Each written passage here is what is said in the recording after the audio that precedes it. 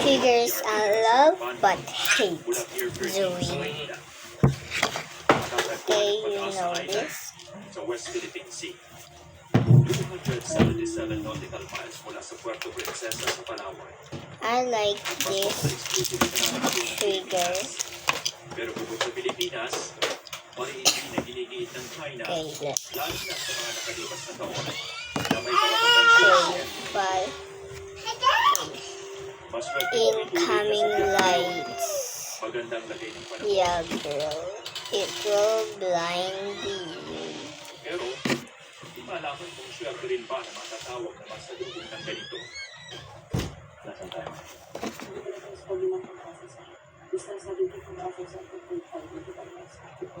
So, nagbagal tayo ng takbo.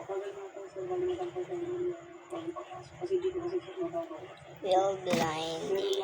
Don't look at the lights. And you remember this?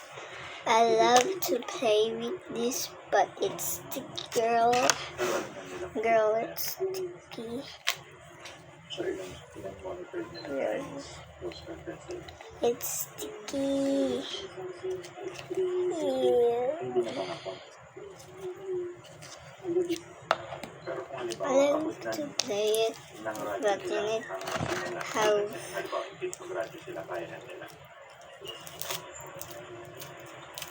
only I just have wipes.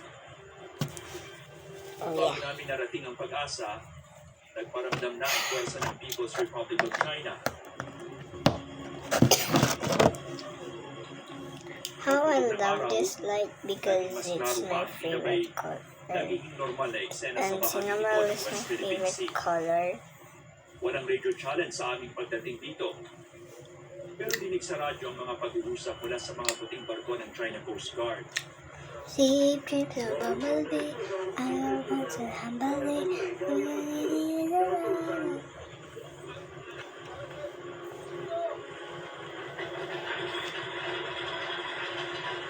Nakakapurahin na itong BRT Teresa Magbanwa, 0.5 nautical miles ang layo west-northwest Just look at mula the doon sa Pag-asa lights. Island. Don't Pero look sa at mura the natin, lights.